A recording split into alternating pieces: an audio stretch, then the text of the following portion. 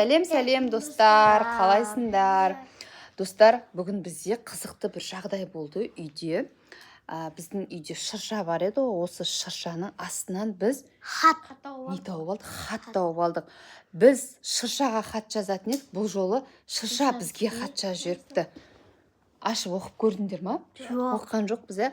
Достар, сендермен бірге сол хатты ашып оқығымыз келіп тұр. Мына жерде әдемі қып-қызыл қып хат деп жазып қойыпты. Таңертең қорқып кеттік, бұл не деп. Сонымен қазір видеоға түсіріп алайық, не хат екен достар да білсін деп көріп жатырмыз. Кеттік па, хатты оқып көреміз ба? Қане маған Шонти сен көрсей. Қане тұра тұрыңдар. Айсел, сен оқи алмайсың ғой, тұра тұр. Айсел, сен оқи алмайсың. Берші, Айселге берші, сосын қарап оқисыңдар. Бұл не, Айсел? Хат қой, кім жазыпты? Бізге мына шырша жазып жіберіпті. Бізге шырша хат жазыпты. Енді ашсай ағалар оқысын. Қане былай қарай қойыңдар да. Не жазыпты? Құрметті балалар, мені орманға апарып тастаңдаршы. Мен орманды сағындым. Орманды сағындым дейді. Мә, саған шырша біздің орманды сағыныпты. Сөйтіп бізге осылай хат жазып жіберіпті. Енді біз шыршаға жазған хатымыздың барлығын Аяз атаға жеткізіп, біздің арман тілектерімізді орындады. Ернардың хаты. Енді шыршаның да арман орындайық, өзінің орманына апарып тастайық. Ол үшін бірінші не істеуіміз керек? Ойыншықтарын жинауымыз керек. Ал сендер шырша туралы не білесіңдер жалпы? Шырша қыста да жазда да қурамайды. Ол тек қана жап-жасыл түсінде тұрады. Қатты жел соққан кезде оның бұтақтары қозғалмайды. Мына қатты жел соқса да, достар, мына бұтақтар қозғалмайды, өйткені қатты ғой бұтақтар. Сондықтан өзінің әдемілігімен орманда сән беріп тұрады екен. Не ол? Ойбай.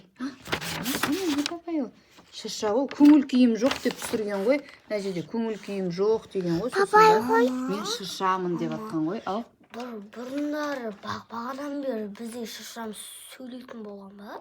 Сөйлеген еді, хат жазып жүрген ғой. Хат жазып жүріпті, сөйлемеген, просто хат жазып жүріпті.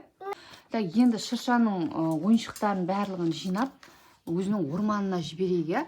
Ал сендер шырша туралы ертегі білесіңдер ме? Шыршаның жалпы қалай біздің ортамызға келгені туралы білмейсіңдер ме? Олай болса, мен сендерге ертегі айтып берейін ба? Ертегін тыңдайсыңдар ма? Бірақ ол ертегіде маған көмек керек. Сендер рөлдерді сомдауларын қажетсіңдер. Яғни ертегіде қандай кейіпкерлер бар, сол кейіпкерлерді сендер сомдап шығуларың керек. Кеттік па? Ал мен ертегі айтатын апай ма, әжей ма, кім болайын? Апай болайын, жарайды. Мен ертегі айтатын апай боламын. Олай болса, шырша туралы ертегіні бастаймыз, достар. Ертеде, ешкі жүні бөртеде, қырғауыл жүні қызыл екен, құйрық жүні ұзын екен. Орманда әдемі де сұлу шырша өмір сүріпті. Шырша өте әдемі сұлу, жап-жасыл түсті болыпты. Ол орманның сәнін беріп тұрады екен. Бірақ шыршаның көңіл күйі болмапты. Себебі айналасындағы терек пен қайың үнемі жел соқса, сыбдырлап, теңселіп, бұтақтарының барлығы қозғалып тұрады екен. Ал шыршаның болса бұтақтары қанша жел соқса да қозғалмай тұрады екен. Сөйтіп шырша өте көңілсіз болып тұрыпты. Мен ешкімге керек емеспін. Мен терек пен қайың секілді теңселіп тұрғым келеді. Мен ешкімге де керек емеспін. Мені ешкім жақсы көрмейді. Деп шырша өте көңілсіз болып тұрады. Бір күні қақаған қатты аязда шыршаның астына паналап қоян келеді.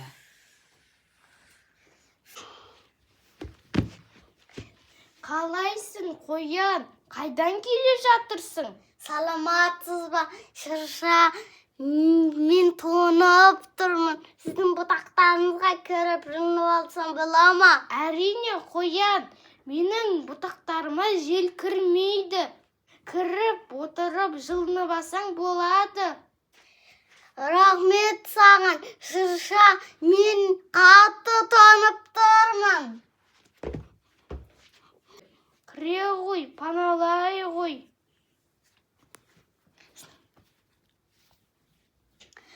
Рахмет, шырша, мен енді өз жолға кете берейін.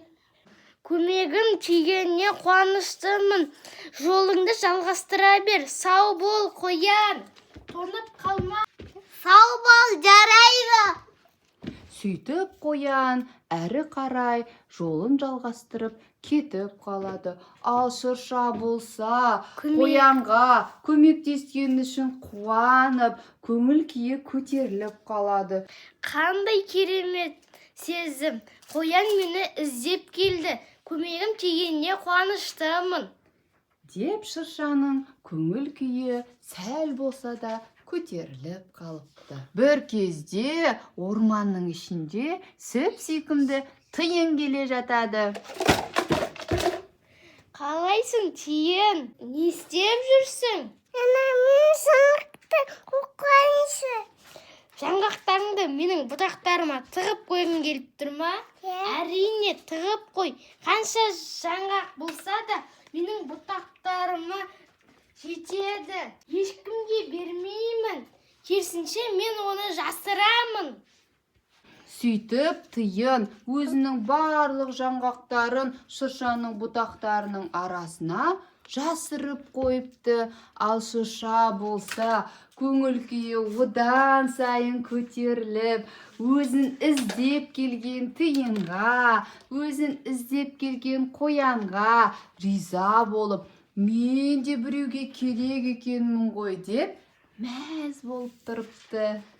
Шырша, бәкей, кеттім. Сау бол, тиын. Сөйтіп тиын әрі қарай өзінің жолын жалғастырып кетіп қалыпты. Сөйтіп шырша мәз болып тұрғанда аспаннан құс ұшып келеді. Қақ. Сәлем, шырша. Мен қанаттарым талып қалды. Сенің шыршаның астында отыра тұрайыншы жылынып. Сенің шыршаң қап-қатты, жел кірмейді. Кіре тұрсам бола ма? Қар. Қалайсың, құс? Әрине, менің бұтақтарыма кіріп жылынып алсаң болады. Рахмет, шырша. Қар. Деп құс шамалы демалып алу үшін шыршаның бұтақтарының арасында отырады. Сол кезде шырша былай депті. Мен осы орманға пайдам тимей ма деп ойласам, керісінше тиынға, қоянға және құсқа көмегім тиді екен. Мені осы үшін іздеп келген екен. Мен осы орманға керек екенмін. Деп шырша өзінің керек екенін түсініп, қатты қуанып қалыпты. Сөйтіп шырша өзінің ормандағылардың барлығына қатты қажет екенін біліп, бір қуанып қалыпты. Әсем де сұлу шыршамыз тек қана орманға ғана емес, ол біздің балаларға да, әрбір үйге де өзінің әдемілігін беріп, қуаныш сезімін сыйлайды. Яғни балалар, біз шыршаны жаңа жыл мерекесінде әсемдеп, әдемілеп, оның айналасында тұрып, ән айтып, тақпақ айтып, би билейміз. Дәл сол сияқты ормандағы шыршаға да бір күні көптеген балалар келіп, өзінің жаңа жылдық әнін айтыпты.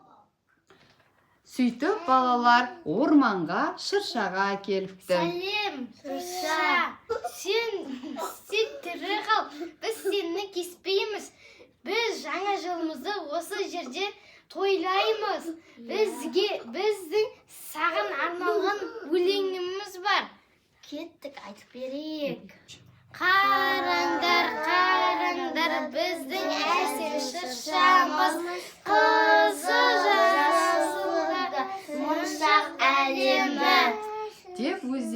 әнін айтып берсе, кішкентай сұлу ханшайымымыз Аяз ата туралы тақпағын айтып беріпті. Айше, айтып берші тақпағын. Аяз ата киіпті, бізге сайын бейіпті, тақпақ балаға ектіңді беріпті.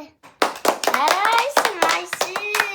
Осылай балалар шыршамен көңілді уақыт өткізіп, үйлеріне қайтып. Сау болыңыздар. Келесі жылға дейін кеттік. Осымен балалар біздің ертегіміз аяқталды. Ертегіні сомдаған біздің балаларымызға шапалақ. Так, достар, біз енді әсем шыршамызды, безендірілген әдемі шыршамыздың қазір ойыншықтарын аламыз, сосын шыршамызды қайда жібереміз? Орманға жібереміз. Енді келесі жылы жаңа жыл болғанша шыршамызбен қоштасамыз. Олай болса, қазір біз не істейміз, балалар? Шыршаның ойыншықтарын жинаймыз. Дұрыс, қазір біз шыршаның ойыншықтарын жинап, шыршаны орманға такси шақыртып, заказ беріп, жіберетін боламыз. Өйткені өзіміз апарып тастай алмаймыз, ол өте алыстау. Сондықтан, достар, біз қазір такси шақыртамыз, сөйтіп мына шыршаны деп салып жібереміз. Кеттік. Шыршаның ойыншықтарын жинаймыз. Кеттік.